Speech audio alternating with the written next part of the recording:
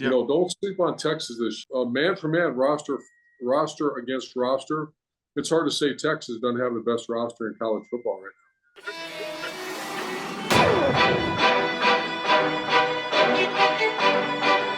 All right, so before the spring games were way too early, I had Georgia at number one, Bama at number two, Ohio State number three, USC number four, number five, Michigan, and number six, I had Clemson.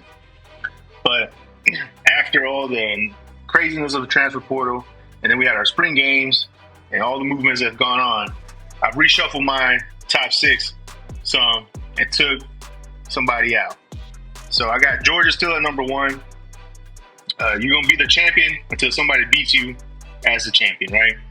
They have probably the best chance of pulling off the three-peat of any other previous champions have had. Michigan returning 8 starters on offense. So Michigan bringing back 6 offensive starters, 7 defensive starters. Jim Harbaugh recommitting to Wolverines. I bumped him up to number 2. Number 3, I got Ohio State. Round up number 4, I got USC. Caleb Williams, the returning Heisman. You got a quarterback of that caliber, man. Gives you a chance to win. Anytime he's on the field, you got a chance. Number 5, I didn't have him in there before. And it pains me to say this, but I got Florida State Seminoles in there. They are good, man. We saw them last year. They beat LSU. They had a really good season. They're returning 8 offensive, 8 defensive, 2 special teams. Jordan Travis is a good quarterback. And Mike Norvell has the ball moving in the right direction and has that train going in the right direction. And then Bama. I had to drop Bama. They had poor showings for quarterback, right? So neither Jalen Milroe nor Ty Simpson had a good spring showing. They went out and got Tyler Buckner from Notre Dame. I just don't know how he's going to do in the SEC. I mean, Notre Dame can pick and choose who they want to play throughout the season. The SEC, you're going to get a grind every year. You know what I'm saying? So it's going to be interesting to see how he does. That's my reshuffle top 6. My reshuffle is kind of similar to yours, right? So I have Georgia at number 1. They're still at number 1. Until you beat the champs, you don't get to replace the champs. I got Michigan at number 2 for all the reasons that you alluded to. I moved my Texas Longhorns up to number 3. I just want to quote y'all something from my boy Urban Meyer. Urban said, "Don't sleep on Texas this year. Man for man, roster against roster. It's hard to say Texas doesn't have the best roster in college football right now." Wise words from a great college football coach. Can't argue. He wins. He wins. But number 4, I got USC. Again, to all the same reasons that you alluded to. They got the returning and Caleb Williams. They got Lincoln Riley calling the offense. They got a plethora of guys out the transfer portal. So I think they're going to be good this year. I got Ohio State at number 4, at number 5. At number 5.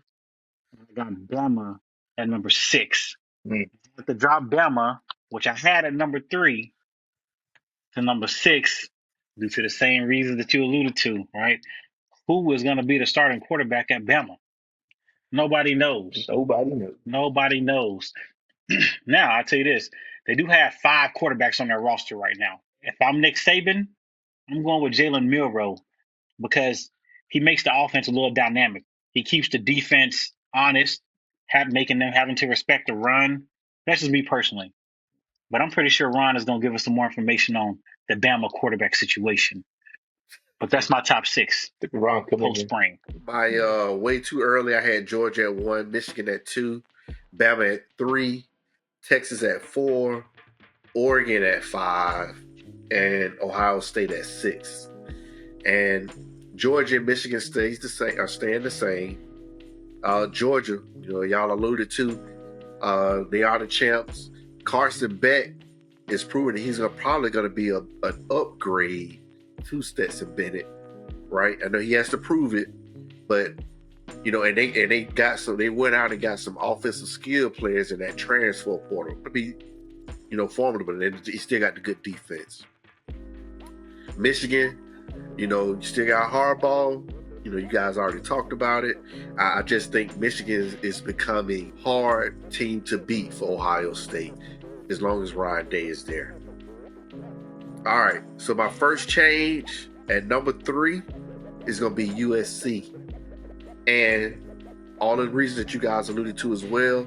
But this time, one thing I'm adding in is the addition of Cliff Kingsbury, right, as an offensive analyst.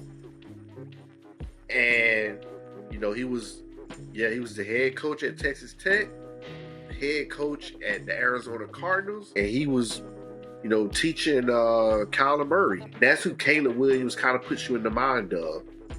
I just think that offense is going to be so dynamic. And then you add in Lincoln Riley getting guys out of the transfer portal, defenders from the SEC, Barry Alexander, and Anthony Lucas from Texas A&M, right? So he's making that defense a lot tougher than they were last year, right? They're not going to be Swiss cheese like they were last year. This year they're going to be pretty good. All right, so at 4, I'm going with Bama. And I do think it is an issue, right, that they had to go get Tyler Buckner out of the transfer portal. But I think that their defense is going to be elite. I think they have enough playmakers at the wide receiver and the running back position where the quarterback does not have to be the main focal point like Bryce Young was the year before, right? They have all the other parts. And I think Kevin Steele coming back, he's made that defense hungry. And I just think that Alabama is going to do their thing in the SEC this year. All right, at number 5, I got Texas. I do think that Texas is going to dominate in the Big 12 this year. I think their only loss will be to Bama, right? And then number 6, I had Ohio State. So... And only reason why Ohio State is Kyle McCord. They say he's a great quarterback, but again he doesn't have the experience. So I'm curious to see how that all pans out there in Columbus this year. I can't wait to see these games play out, man. I appreciate y'all tuning in. Go ahead and like, subscribe, leave a comment, let us know how we're doing, and y'all take it easy.